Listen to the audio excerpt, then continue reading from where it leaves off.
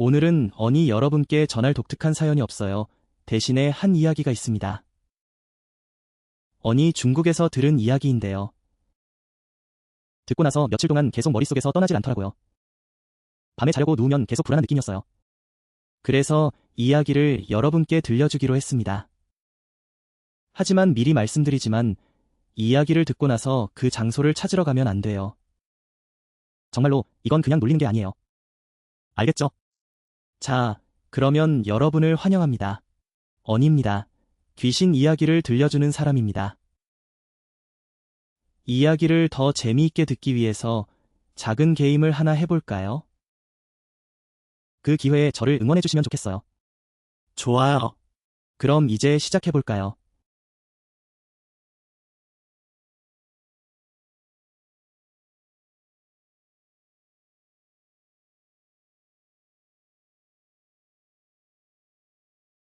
이야기는 중국 남하의 한 마을에서 시작됩니다. 깊은 산속의 계곡에 위치한 마을이죠. 우리 서부 지방 사람들 말로는 그냥 조용한 곳이라고 할 수 있어요. 사람들은 그곳을 풍문이라고 부릅니다. 그곳이 바로 풍문마을입니다. 이 마을은 신비로운 전설로 유명하죠. 그곳은 중국에서 가장 무서운 귀신의 마을로 알려져 있습니다. 재미있는 건 이 마을의 이름에도 사연이 있다는 거예요. 아주 오래전 이 마을의 원래 이름은 아주 평화롭고 아름다운 이름이었죠. 사람들은 그곳을 바람의 문이라고 불렀습니다. 왜냐하면 그곳은 바람이 항상 불어오는 곳이었거든요.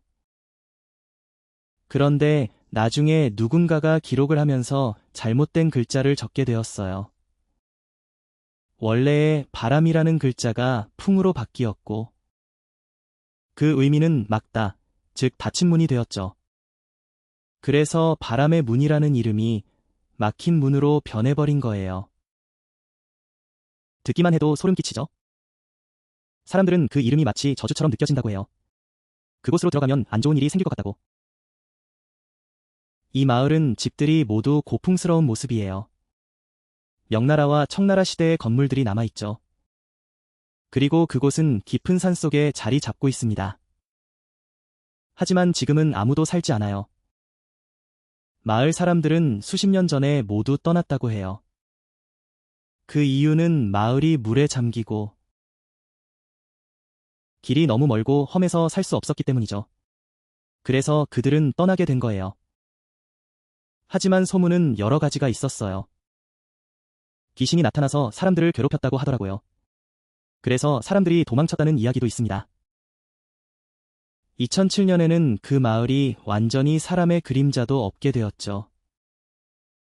완전히 버려진 마을이 되어버렸습니다. 상상해보세요. 깊은 산 속의 마을에 들어가면 집들은 모두 부서지고 아무도 없는 상황을 그냥 생각만 해도 소름 끼치죠? 그때부터 기괴한 이야기들이 퍼지기 시작했어요. 모두에게 퍼져나갔죠. 가장 유명한 이야기는 무엇일까요? 바로 한 의자입니다. 청나라 시대의 태사의자. 마을의 가장 오래된 집 중앙에 놓여 있죠. 전해지는 바에 의하면 그 의자에 앉는 사람은 불행한 일을 겪게 된다고 해요. 심지어는 생명을 잃을 수도 있다고 합니다. 그 의자는 정말 특별한 존재예요. 사람들은 그 의자에 앉는 것을 두려워하죠. 그런데 그 의자만 유독 반짝여요. 마치 누군가 매일 닦는 것처럼요. 여러분, 생각해보세요. 수십 년 동안 누가 그 의자를 닦았겠어요? 하지만 끝이 아니에요. 몇몇 용감한 사람들이 그 의자에 앉아 사진을 찍었죠. 그런데 밤에 사진을 확인해보면 정말 깜짝 놀랄 일이 벌어져요. 사진 속에 여자 얼굴이 갑자기 나타나죠. 긴 머리, 흐릿하게 보이는 옷을 입고 뒤에 서 있어요. 더 무서운 사진도 있어요. 원래는 의자에 앉은 사람을 찍으려 했는데 사진이 나오니 온통 검은 화면뿐이에요. 아무것도 보이지 않죠. 또 어떤 사람들은 사진을 찍을 땐 괜찮았다고 해요. 하지만 사진을 확인해 보니 자기 얼굴은 다른 사람의 얼굴로 바뀌어 있었어요. 이런 일도 있어요. 거의 모든 사람이 풍문에 들어가면 비슷한 이야기를 해요. 전화가 갑자기 꺼지고 배터리가 금방 닳아버려요. 그리고 어떤 보이지 않는 힘이 우리를 이끌고 가요. 한참 돌아다니다 보면 어떤 집으로 들어가게 되죠. 그 집 중앙에는 의자가 있어요.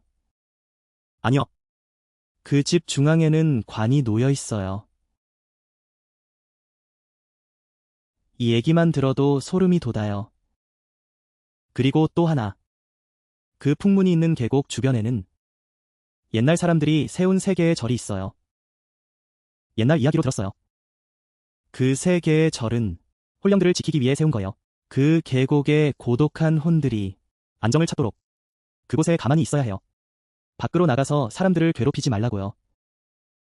여러분, 소름이 돋지 않나요? 이런 계곡에 3개의 절이 필요하다니 그만큼 음산한 기운이 가득하다는 거죠. 그래서 한 번이라도 이 풍문에 발을 들인 사람은 2번 다시 돌아오지 않아요. 그리고 또 하나. 한 사건이 있어요. 한 무리의 젊은이들이 있었어요. 귀신을 믿지 않던 그들이 이곳을 탐험했죠. 그들은 들어갔고 대가를 치르게 되었어요. 그 그룹은 4명이었어요. 그 그룹은 4명이에요. 모두 젊은 남자들이었어요. 모험을 좋아하는 친구들이죠. 여기저기 돌아다니는 걸 좋아했어요. 그 그룹의 리더는 아란이라고 부를게요. 아란은 귀신 이야기에 푹 빠져 있었어요. 소문이 더 무성해질수록 그는 더 흥미를 느꼈죠. 다음은 풍이에요. 이 친구는 조심성이 많고 걱정을 잘해요. 그룹에서 뭔가 위험한 일이 생기면 그는 항상 경계하곤 했죠. 그리고 또 한 명, 이름은 머니예요. 또 다른 친구는 룽이라고 해요. 그날 아란은 인터넷에서 풍문 마을에 대한 글을 읽었어요. 읽고 나니 온몸에 소름이 돋았죠. 모두 함께 가보자고 했어요. 그 마을이 유명하다고 하더군요. 모험가들 사이에서. 풍은 그 말을 듣고 반대했어요. 그가 말했죠. 이런 곳은 장난이 아니야. 소문이 정말 무섭다니까. 얼마나 많은 사람들이 갔다가 불행한 일을 겪었는지 몰라. 그만하자. 다른 곳으로 가자고. 아라는 그렇게 쉽게 포기하지 않았어요. 그는 말했죠. 뭐가 그렇게 두려워. 겁쟁이들이 서로 겁주고 다니는 거지. 그냥 소문일 뿐이야. 나는 여러 곳을 다녀봤어. 어디든 귀신이 있다고 하더라. 하지만 귀신을 본 적은 없어. 가보면 알게 될 거야. 뭐가 두려워? 아란이 이렇게 말하자 다른 친구들도 동조했어요. 그 소녀먼도 룽과 함께 귀신 이야기에 흥미를 느꼈죠. 가보자. 궁금해. 풍은 여전히 망설였어요. 하지만 소수의 의견은 다수에게 따르기 마련이죠. 결국 그는 따라가기로 했어요. 그 소녀먼은 이렇게 말했어요. 거기서 사진을 찍으면 우리 소셜미디어에 반응이 폭발할 거야. 그래서 더 많은 사람들이 가고 싶어 할 거고. 그게 진짜 모험가의 삶이잖아. 누가 그 여행을 잊겠어요. 가보면 알게 될 거예요. 정말로요. 그 경험이 평생 잊히지 않을 거예요. 4명은 장비를 챙겼어요. 텐트와 필요한 것들을 준비했죠. 그리고 그곳으로 차를 몰고 갔어요. 풍문 마을로 가는 길은 정말 멀었어요. 산 아래의 마지막 소에 도착했죠. 거기서부터는 걸어야 했어요. 그때부터 걸어갔어요. 마을을 따라 천천히 걸어갔어요. 붉은 물이 흐르는 곳으로 들어갔죠. 산 아래의 개울에 도착했어요. 4명이서 물가에 잠시 들렀어요. 모임 장소를 찾으려고요. 그곳에 한 노인이 있었어요. 흰머리를 가진 노인이 앉아 있었죠. 그곳에서 마을 풍문에 대해 들었어요. 노인이 갑자기 표정이 어두워졌어요. 한참을 바라보다가 고개를 저으며 경고했어요. 아이들은 아직도 장난치고 있었죠. 그곳에 들어가지 말라고 했어요. 이미 많은 사람들이 들어갔거든요. 누가 돌아올 수 있었겠어요. 그냥 가라고 했어요. 하오는 웃으면서 말했죠. 우리는 그냥 구경하러 간다고. 잠깐 들어갔다가 나올 거라고. 노인은 그걸 막을 수 없었어요. 그래서 한숨을 쉬며 말했죠. 3가지 조언을 해줬어요. 그냥 가라고 했어요. 너희들이 이미 결심했으니 내 말을 잘 들어. 나중에 그곳에 들어가면 아직 깨끗한 곳을 보라고. 정말 아름다울 거라고. 그러니 앉지 말라고. 2. 마을 안에 어떤 것도 모두 만지지 말라고. 밤에 가져오지 말라고. 3. 그곳에서는 절대 소리치지 말라고. 이해했지? 4명이 대답했지만 속으로는 웃고 있었어요. 이 노인이 우스꽝스럽다고. 이 노인이 너무 진지하게 들었어요. 그리고 나서 그들은 노인에게 감사하며 가방을 메고 출발했어요. 그때 그랬다면, 노인의 말을 들었더라면 이런 일이 일어나지 않았을 거예요. 인생이란 그런 거죠. 어른의 말을 듣지 않다가 일이 터지고 나서야 깨닫게 돼요. 4명이서 마을을 따라 천천히 걸어갔어요. 계속 걸어서 오후가 되었고 드디어 그곳에 도착했어요. 특별한 장소에 발을 내디뎠죠. 그곳에는 거대한 나무가 있었어요. 그 나무는 정말 오래된 것 같았어요. 뿌리는 땅 위로 드러나 있었죠. 몇 개의 뿌리는 완전히 감싸고 있었어요. 거기에는 나무들이 가득했어요. 큰 돌 하나가 있었어요. 그 나무는 거기 서 있었고 마치 문을 지키는 장군 같았어요. 안으로 더 깊이 들어갔어요. 양쪽 집들은 다 기울어져 있었고 이끼가 푸르르고 색깔이 진하고 문들은 썩어가고 있었어요. 가장 이상한 건 그 조용함이었어요. 완전히 고요했어요. 소리가 전혀 없었어요. 하나도 소리가 없었어요. 종이 소리도 없고 바람 소리도 없었어요. 그 고요함은 무겁게 느껴졌어요. 가슴을 눌러오는 듯했어요. 뒤에 따라오는 것 같았어요. 뒤를 돌아보니 누군가가 따라오는 느낌이었어요. 하지만 돌아보면 아무도 없었어요. 그리고 그 아라는 점점 추워지는 걸 느꼈어요. 귀가 서늘해지기 시작했어요. 하오라는 친구는 태연하게 있었어요. 그는 오히려 장난을 쳤어요. 정말 멋지게 보였어요. 너희들은 너무 겁이 많아. 무엇이 그렇게 무서운 거야? 내가 말했잖아. 세상에 귀신이 어디 있어. 조금 더 걸어가니 그들은 가장 큰 집에 도착했어요. 이 집은 다른 집들과 달랐어요. 유일하게 남쪽을 향해 지어진 집이었어요. 상당히 웅장했어요.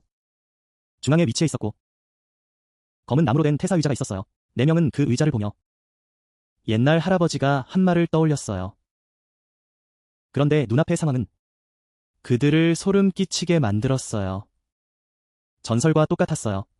집 전체가 문을 닫고 있었어요. 천장에서 땅으로 내려오는 느낌이었어요. 그런데 그 의자만은 깨끗했어요. 의자 표면은 마치 방금 닦은 것처럼 반짝였어요.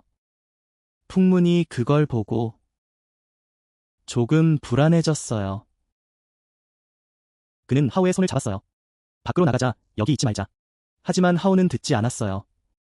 할아버지가 앉지 말라고 했는데 오히려 앉고 싶어졌어요. 그는 풍문이 손을 밀쳤어요. 의자에 다가가서 먼지를 털고 앉았어요. 마치 왕처럼 앉았어요. 그리고 리영을 불렀어요.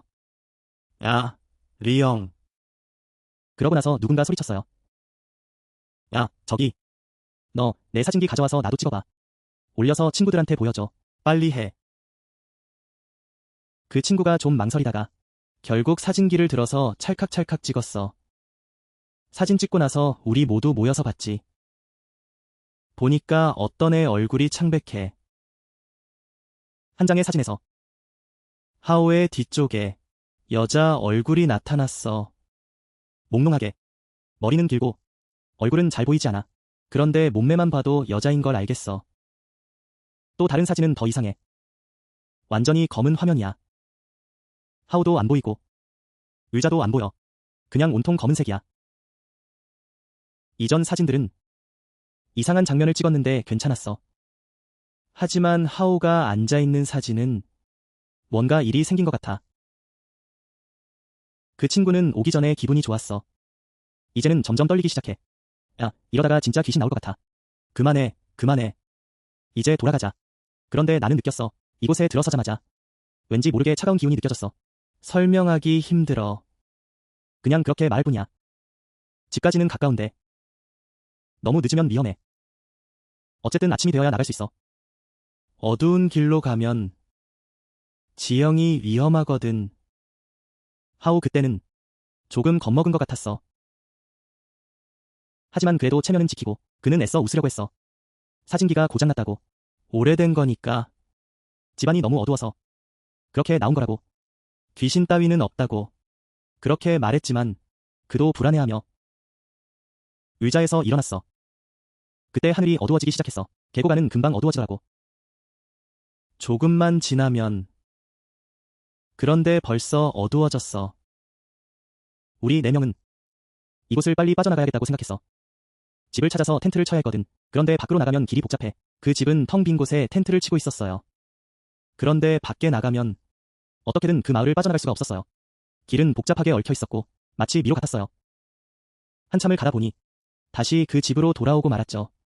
다시 그 의자 있는 집에 도착했어요. 그리고 그 조용한 가운데 그들은 갑자기 소리를 듣기 시작했어요. 사람들이 웅성거리는 소리였죠. 마치 여러 사람이 작게 이야기하는 것 같았어요. 어디선가 집에 대해 이야기하는 듯했죠. 그 소리가 가까이 들리기도 하고 또 멀리서 희미하게 들리기도 했어요. 하지만 주위를 둘러봐도 아무도 없었어요. 더욱 소름 끼치는 건 그 웅성거림 속에서 누군가 이름을 부르는 것 같았어요. 각자의 이름을 부르고 있었죠. 그들은 할아버지가 말했던 걸 기억했어요. 서로의 이름을 부르지 말라고. 그런데 지금 뭔가가 그들의 이름을 부르고 있었어요. 왜 그들은 모두 그렇게 무서워하지 않았을까요? 4명은 더 밝은 쪽으로 가기로 했어요. 한참을 가다 보니 한 집이 보였어요. 문이 열려 있었고 안은 깜깜했어요. 하지만 모두 이상하게 느꼈어요. 마치 뭔가 기운이 느껴지는 듯했죠. 그들은 그 집으로 걸어갔어요. 하우가 먼저 문을 열고 들어갔어요. 들어가자마자 모두 심장이 멈추는 듯했죠. 집 한가운데 커다란 관이 있었어요. 뚜껑은 꽉 닫혀 있었고 세상에 정말 무서웠어요. 그런 장면을 마주치니 누가 견딜 수 있겠어요? 많이 관을 보고 기절할 것 같았어요. 그녀는 옷을 움켜잡고 나가고 싶다고 했어요. 하지만 하오는 겁이 나서 불빛을 비추며 주변을 살폈어요. 집 한쪽 구석에 작은 테이블이 있었어요. 거기엔 먼지가 쌓여 있었고 무언가 덮여 있었어요. 테이블 위에는 빗자루 같은 것이 놓여 있었어요. 아직도 그곳에 있었죠. 하오가 그 빗자루를 들여다봤어요. 정말 신기했어요. 그게 점점 가까워지고 있어. 하오가 빗자루를 들고 살펴보고 있어. 연기가 자욱해. 그가 빗자루를 쓱쓱 문지르고 있어. 그리고 주머니에 넣었어. 기념으로 가져간다고 하더라. 풍문이 그걸 보고 깜짝 놀랐어. 할아버지가 하신 말씀 기억해. 마을에서 아무것도 가져오지 말라고. 그래서 하오의 팔을 잡았어. 빨리 빗자루를 놓으라고 했지. 두 사람은 서로 약속했어. 하오가 풍문이 손을 밀쳤어. 그는 고집을 부렸지. 너 왜 이러는 거야? 그 빗자루는 수십 년 동안 여기 있었는데 내가 가져간다고 무슨 일이 생기겠어? 왜 그렇게 겁내? 할아버지가 방금 말한 게 믿을 만한 거야? 풍문은 그를 막을 수 없었어. 그래서 그는 그냥 포기했지. 그런데 그는 예상치 못했어. 바로 그 빗자루가 모든 불행의 시작이었어. 하오가 빗자루를 주머니에 넣고 나서 끔찍한 일이 바로 일어났어. 집 중앙에 관 뚜껑이 갑자기 소리를 내며 열렸어. 그리고 조금씩 움직이기 시작했지. 모두가 얼어붙었어. 누구나 바지에 실례할까 두려웠지. 그 순간 마른이 우연히 화장대 위에 깨진 거울을 바라봤어. 그녀가 보자마자 비명을 질렀고 그 자리에서 넘어졌어. 거울 속에는 그녀의 모습이 아니라 한 남자의 얼굴이 있었어. 그 남자는 뚱뚱한 얼굴로 그녀를 뚫어지게 쳐다보고 있었지. 룽이 그녀를 붙잡았어. 마르는 소리쳤어. 나는 새 남자의 혼이 하늘로 올라갔어. 마른이 도망치려고 문 밖으로 뛰어나갔어. 하지만 상황은 이랬어. 아까 길을 찾으려고 했을 때는 보이지 않았는데 이제는 길이 갑자기 나타났어. 그녀는 한 번에 쭉 달려서 나왔어. 그리고 네 명은 머리와 몸을 움켜잡고 그 계곡을 빠져나갔어. 나는 달리면서도 계속 뛰었고 아무도 뒤돌아보지 않았어. 그들의 모험은 이렇게 끝났어. 밖으로 나가면 모든 게 끝날 줄 알았지.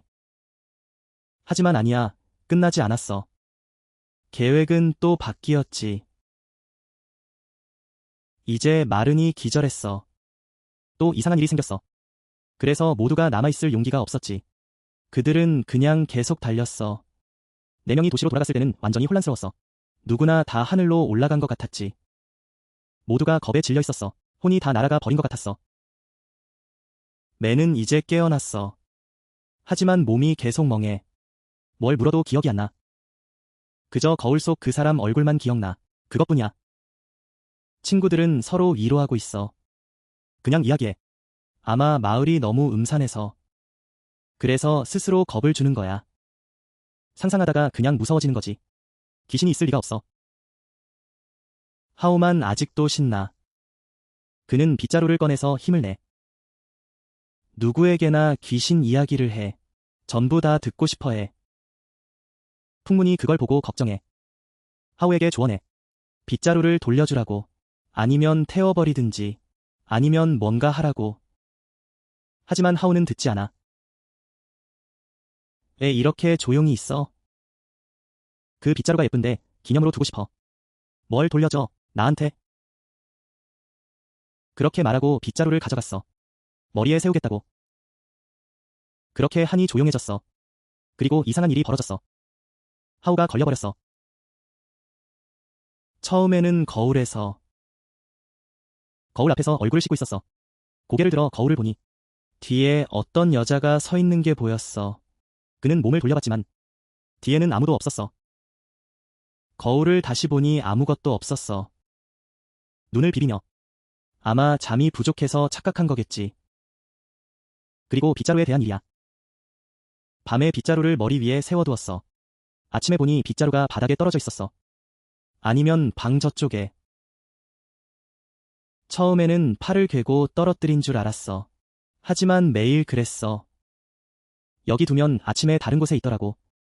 그러다 보니 의심이 생겼어. 특히 밤에. 한밤중. 누군가 나를 깨우는 것 같아. 이제는 귀신 여자 목소리가 들려. 귓가에서. 작고 작게. 속삭이는 듯해. 하지만 잘 들리지 않아. 무슨 말을 하는지. 처음에는 스스로 안심했어. 걔 때문이라고. 옆집에서 TV를 켰다고. 하지만 속으로는 점점 더 불안해지기 시작했어. 며칠 후에는 더 심해졌어. 밤마다 그 친구는 귀신에게 눌린대. 그 친구가 누워서 이야기하더니 잠시 후엔 온몸이 굳어버렸대. 말도 못할 정도로 몸이 굳어버렸어. 문을 열고 싶어도 힘이 안 들어. 그리고 그 길끝에는 항상 한 여자의 그림자가 서 있었대. 그 친구는 얼굴이 하얗게 질렸다고 해. 그냥 그 그림자가 계속 쳐다보고 있었대. 어느 날 그 그림자가 들리는 소리가 났대. 천천히 그 친구에게 다가왔대. 마치 그 친구를 내려다보는 듯이. 차가운 숨결이 얼굴에 스쳤대. 그 친구는 너무 무서워서 도망가고 싶었대. 겨우 정신을 차리고 나서야 깨어났대. 하지만 그렇게 깨어나도 땀으로 흠뻑 젖었대. 매일 밤 귀신에게 시달린다고 해. 그 친구는 잠을 잘 수가 없대. 단지 일주일밖에 안 됐어. 원래 건강하던 친구가 지금은 기운이 없고 이상해졌대. 음식도 제대로 못 먹고 물만 마셔도 목이 막힌다고 해. 이게 끝이 아니야. 귀신이 계속 따라다닌대. 길을 걷다가 갑자기 미끄러져 넘어졌대. 계속해서 사고가 나고 요리를 하다가 손을 다쳤대. 채소를 썰다가 손이 베어서 피가 났대. 이런 불행한 일들이 계속 생기고 모두가 불행해지고 있다고 해. 매일매일 이런 일들이 생긴대. 이제 그 친구는 더 이상 고집을 부리지 못해. 진짜로 무서워하기 시작했대. 어느 날 그 친구가 다른 친구에게 전화할 때 그 목소리가 떨리고 있었대. 형, 나 너무 무서워. 매일 밤 귀신이 나타나. 잠을 잘 수가 없어. 죽을 것 같은 기분이야. 그 귀신이 그 나무 때문인 것 같아. 이제 어떻게 해야 할지 모르겠어. 사실 그 친구만 그런 건 아니야. 다른 친구들도 영향을 받았대. 하우만 그런 게 아니야. 나머지 3명도 영향을 받았대. 하지만 덜 심하긴 해. 탱퐁은 악몽을 자주 꾼대. 계속 길을 잃는 꿈을 꾼대. 그 여자친구는 갑자기 소름이 돋는데. 갑자기 등에서 찬 기운이 느껴진대. 로왕은 계속 불운이 따른대. 작은 사고들이 계속 생기고. 하지만 하우와 비교하면 새 친구는 아직 별로 심각하지 않대. 서로 이야기를 나누다 보니 모두가 한 가지를 깨달았대. 더 깊이 연관된 사람일수록 더 심각하대. 가장 심각한 건 하우였대. 그 친구는 웃고 떠들던 친구였대. 아란이 그걸 가져왔대. 그때부터 모두가 확신했지. 모든 이야기가 그 사건과 연결돼. 그리고 그 빗자루 나무도. 이제는 서로 장난치는 게 아니야. 그리고 그 끔찍한 밤이 다가왔어. 그 밤 하우가 잠을 자고 있었대. 매번처럼 귀신이 나타났지. 하지만 이번엔 무게가 달랐어. 정말로 무거웠대. 그건 분명히 느껴졌어. 무언가가 있었어. 그 옆에 앉아 있었고. 그를 눌렀지. 숨을 쉴 수가 없었대. 그리고 한 여자의 목소리가 그의 얼굴을 덮었어. 입을 막아버렸지. 귀 옆에서 여자의 목소리가 들렸대. 이번엔 더 선명하게. 마치 뭔가를 요구하는 듯했어. 그런 느낌이었어. 너 정말 대담하구나. 내 물건에 손대다니.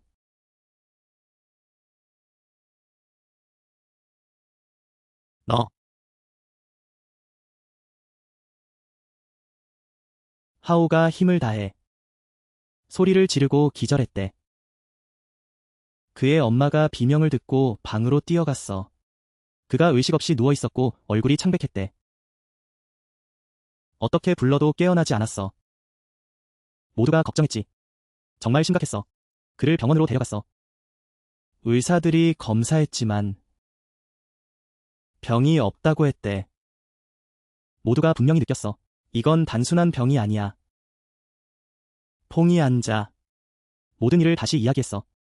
생각할수록 그는 사날의 노인을 떠올렸지. 모든 말을 정확히 기억하고 있었어. 앉지 말라고 하면 하오가 앉고 물건을 만지지 말라고 하면 하오가 만졌어. 이제 그는 모든 것을 감당해야 해. 그는 그 원인이 그 빗자루 나무에 있다고 확신했어. 그래서 그들은 하오를 데리고 법사를 찾으러 갔어. 그들이 처음 찾은 스님은 유명했어. 하오를 보고 얼굴을 살펴봤지. 손과 얼굴을 살펴본 후 고개를 저었어. 그는 이건 자신의 힘으로는 안 된다고 말했어. 이건 병이 아니라 귀신에 걸린 거야. 그 귀신은 그 오래된 마을에서 온 거야. 기운이 너무 무겁고 그는 풀 수가 없대. 그는 그들에게 그 지역의 고수에게 가라고 했어. 그래야만 풀 수 있을 거라고. 모두가 듣고 마음이 무거워졌어. 하지만 다음날 그 지역에서 한 사람이 나타났어. 하지만 다음날 마을 안에서 한 사람이 나타났대. 이야기를 듣고 나서 그 사람은 풍문마을 근처의 계곡에서 몇 개의 절이 있다고 했어. 그 중에 한 스님이 나이가 많아. 거기서 수십 년 동안 수행했대. 주로 숲속의 귀신들을 도와주는 일을 해. 이 사람만이 도와줄 수 있을 것 같아. 그 말을 듣고 모두 기뻐서 서둘러 짐을 챙겼어. 그리고 그 산으로 가서 절을 찾기로 했지. 한참을 찾다가 겨우 작은 절에 도착했어. 그 절은 산속에 위치해 있었지. 그 스님은 나이가 많았어. 정말 많이 나이 드셨더라고. 80세는 넘은 것 같아. 하지만 여전히 정신이 맑았어. 그때 하오가 들어오자 스님은 폰이 들고 있는 빗자루를 보더니 하오를 바라보며 한숨을 쉬었어. 스님은 귀신이 나쁜 기운을 가지고 있다고 했어. 옛날부터 따라다닌 귀신이래. 기운이 매우 무겁다고. 그래서 스님은 귀신을 쫓기 위해 하오에게 붙은 귀신을 진정시키기로 했어. 그의 몸을 가볍게 해주고 그 다음에 계속 진행하기로 했지. 그래서 그 스님은 절 안에 작은 제단을 마련했어. 그는 향을 피웠고 그리고 뭔가 복잡한 의식을 시작했어. 그 후 그는 앉아서 주문을 외우기 시작했지. 처음에는 조용했어. 하지만 한참을 외우자 상황이 이상해졌어. 타고 있던 향이 갑자기 꺼졌고 연기가 위로 올라갔어. 제단 위에 재물들, 돈이나 금속들이 반쯤 타고 나서 꺼졌어. 아무리 해도 다시 타지 않았지. 그때 절은 차가워졌어. 그 차가운 분위기 속에서 모두가 이상한 소리를 들었어. 정말 소름이 끼쳤지. 여자의 울음소리였어. 그녀는 흐느끼고 신음하는 듯했어. 누군가의 원혼 같았어. 그 울음소리는 계속해서 절 안을 맴돌았지. 가까이서 들리기도 하고 멀리서 들리기도 했어. 하지만 그 소리는 정말 끔찍했어. 하오가 그 소리를 듣자 머리를 감싸고 비명을 질렀어. 그는 머리가 터질 것 같다고 했지. 몸이 뜨거워졌다고. 그 사람은 머리를 감싸며 비명을 질렀대. 정말 끔찍한 두통이라고 하더라. 몸이 뜨거워졌다고 하더라고. 마치 열이 나는 것처럼 조용해. 그 사람은 자주 오곤 했어. 여기 오면 항상 무언가가 일어나. 그분은 깊은 한숨을 내쉬었어. 고개를 흔들며 말씀하셨어. 세상에. 스님은 귀신이 와서 방해할까 걱정하셨지. 그래서 그걸 막으려 하셨던 거야. 하지만 그게 아니었어. 이 귀신은 그냥 쌓여있는 것 같아. 울고 있어. 하지만 그건 사랑의 눈물이 아니야. 이런 건 쉽게 쫓아낼 수 없어. 더 힘들어질수록 더 아파져. 아프면 이 아이가 다 겪게 돼. 말을 마치고 나서 스님은 은빛 빗자루를 들었어. 눈을 감고 잠시 멈췄지. 마치 뭔가를 찾는 듯 조용했어. 그리고 잠시 후 눈을 떴어. 그는 사람들에게 앉으라고 했어. 그리고 천천히 이야기를 시작했지. 그가 방금 알게 된 이야기. 그는 이야기가 오래전부터 전해져 내려온 것이라고 했어. 옛날 옛적에 이 마을은 사람들이 많았어. 한 관리가 있었지. 권세가 대단했어. 그 마을에서 가장 웅장한 집은 태사의자 아래에 있는 그의 집이었어. 그 시절 이 지역에 한 소녀가 있었어. 그녀의 이름은 히엔, 님나. 우리는 그녀를 아란이라고 부를게. 아란은 아름다워서 모두가 사랑했어. 정말 놀라워. 사랑에 빠졌어. 권력을 이용해 그녀를 강제로 유혹했지. 아란은 이미 약혼자가 있었어. 그런데 그 잔인한 관리에게는 마음이 없었지. 그래서 그녀는 결단코 거부했어. 관리에게 거절당하자 그는 분노에 차서 복수를 다짐했어. 그는 아란을 함정에 빠뜨리기 위해 거짓말을 지어냈어. 결국 그녀를 죽게 만들었지. 하지만 죽은 후에도 그를 용서하지 않았어. 그는 사람들을 시켜 그녀의 시신을 숨기게 했어. 그녀의 죽음을 숨기려고 책을 숨기고 귀신이 스스로 드러나지 않게. 아란은 억울하게 죽었어. 죽음이 참 슬펐지. 그녀의 혼은 해탈하지 못했어. 계속 그 마을을 떠돌고 있어. 몇백 년이 지났지. 스님이 덧붙였어. 태사가 있는 곳이야. 거기서 스님이 앉아. 기도했지. 아란을 위해 기도했어. 그곳은 그녀의 죽음의 장소. 그래서 누군가 거기에 앉으면 아란이 나타나. 그녀의 얼굴이 나타나. 그리고 그 집에는 관이 있어. 우리가 그곳에 들어갔던 거야. 예전에는 그곳이 그녀의 방이었지. 이 빗자루는 그녀가 세상에 남긴 마지막 유물. 이 말을 듣자 모두가 무서워했어.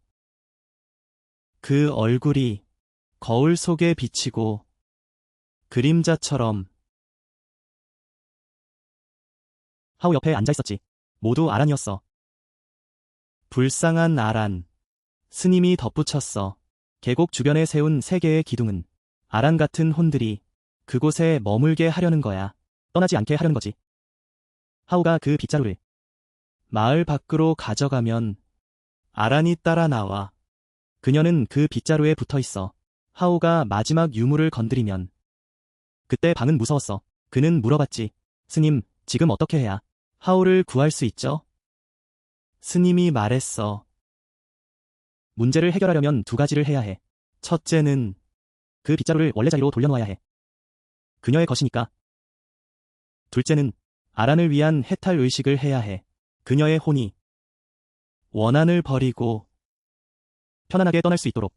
첫 번째는 빗자루를 원래 있던 곳에 돌려놓는 거야. 그 자리 그대로 말이야. 아란에게는 원래 있던 것을 돌려줘야 해. 두 번째는 아란을 위한 해탈 의식을 해야 해. 그래야 그녀의 혼이 원한을 풀고 편안하게 떠날 수 있어. 아란은 몇백 년을 억울하게 지냈어. 이제는 누군가가 모여서 길을 안내해줘야 해.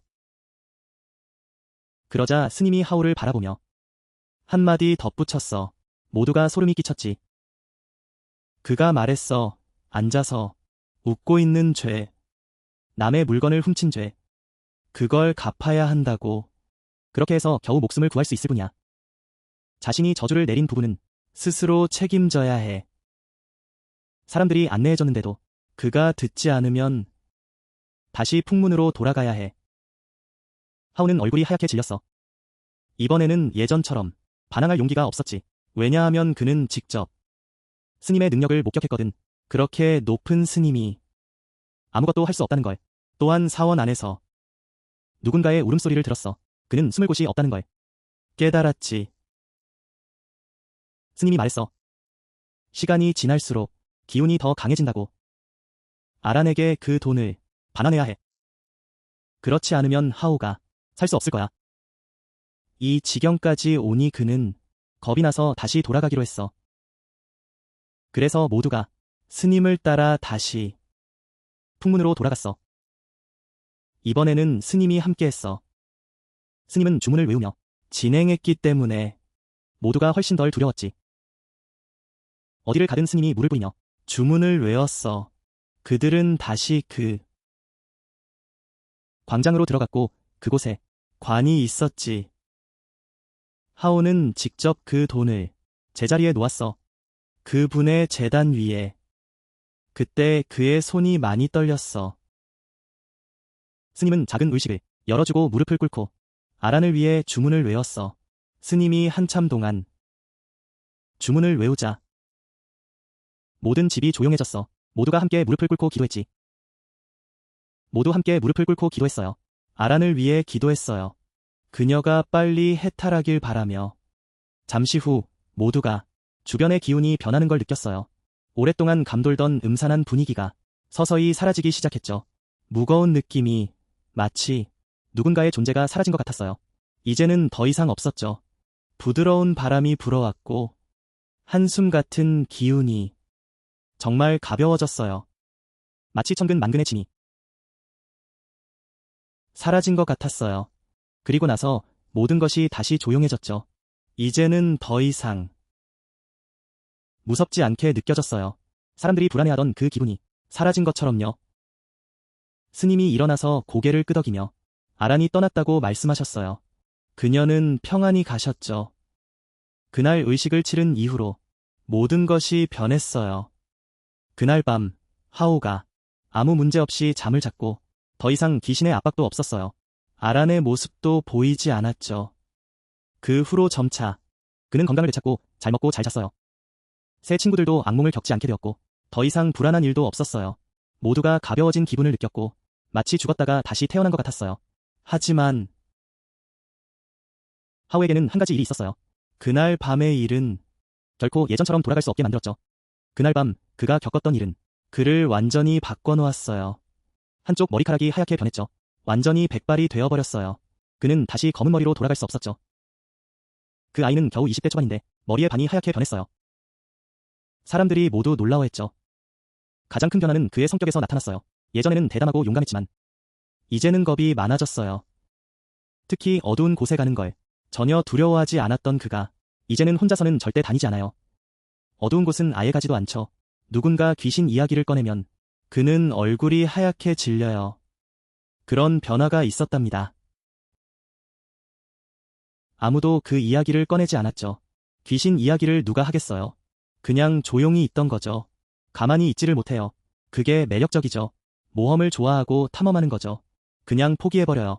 누가 그런 곳에 가자고 하면 고개를 져요. 그게 도망가 버리죠. 그 대가를 치러야 해요. 그런 무례함에 대한 대가죠. 그런 이야기예요. 여러분, 목숨은 잃지 않지만 그런 공포와 함께 살아야 해요. 아란의 이야기는 좀 더 조용해요. 나중에 몇 명이 마을에 들어와서 스님이 앉아있는 의자와 함께 찍었어요. 그런데 이번에는 정말 이상해요. 사진 속에는 그 여자의 얼굴이 전혀 없어요. 오직 비어있는 의자만 남아있고 그냥 조용히 있는 거죠. 그 의자에 수백 년 동안 기운이 남아있던 것 같아요. 그 기운이 사라지고 나서도 의자는 여전히 남아있어요. 조금 후 그녀는 꿈을 꿉니다. 꿈속에서 옛날 옷을 입은 한 여자를 보았어요. 아주 온화한 모습이었죠. 그녀를 보며 미소를 지었고 고개를 숙여 인사했어요. 그리고 그 여자는 뒤돌아 걸어갔어요. 천천히 멀어지다가 사라졌죠. 그녀는 확신했어요. 아란이 감사하러 온 것 같다고. 환생하러 온 것일지도 모른다고. 아란의 이야기를 전해드릴게요. 정말 애틋한 이야기예요. 온화한 소녀가 불쌍하게도 몇백 년 동안 그 외로운 마을에 갇혀 있었죠. 이제는 이 기이한 인연 덕분에 환생할 수 있게 되었어요. 결국 그녀에게는 행복한 죽음이 될 수 있었죠. 하오라는 아이는 그 머리가 하얗게 새고 난 이후부터 어두운 곳을 지나갈 때마다 그 풍문을 떠올린다고 해요. 빗자루 나무를 기억하며 소름이 돋는다고 하죠. 그 여행은 그에게 그 해를 알게 해주었고 그는 하오를 평생 따라다녔어요. 그렇죠. 오늘 제가 전한 이야기는 여기서 마무리할게요. 여러분, 한 이야기가 끝났어요. 자, 이제 이야기가 끝났습니다. 오늘 아란이 들려줄 이야기는 여기까지입니다. 모두 잘 들어주셨죠? 그곳에서 전해지는 이야기입니다. 언니 말할게요. 여러분께 알려드리기 위해서입니다. 또한 삶의 이치를 다시 되새기기 위해서죠. 운이 좋네요. 그럼 이만, 여러분, 소중한 관객 여러분, 만약 여기까지 듣고 재미있었다면 채널 구독해주시면 좋겠어요. 저를 좋아요 눌러주시고 공유도 해주세요. 그리고 만약 더 좋아하신다면 종 모양의 알림 버튼도 눌러주세요. 그걸 눌러주시면 제가 새로운 이야기를 올릴 때마다 여러분이 가장 먼저 알림을 받을 수 있어요. 이야기를 놓치지 않도록요. 들으셨죠? 여러분. 혹시 여러분 중에 자신의 이야기, 가족의 이야기, 친한 사람의 이야기, 그리고 그들의 허락을 받았다면 저에게 보내주세요. 제가 영상으로 만들어서 모두와 함께 즐길 수 있도록 할게요. 기대해주세요. 다시 한번 인사드립니다. 안녕히 계세요. 다음에 만나요. 다시 인사드립니다. 안녕하세요. 다음에 또 만나요.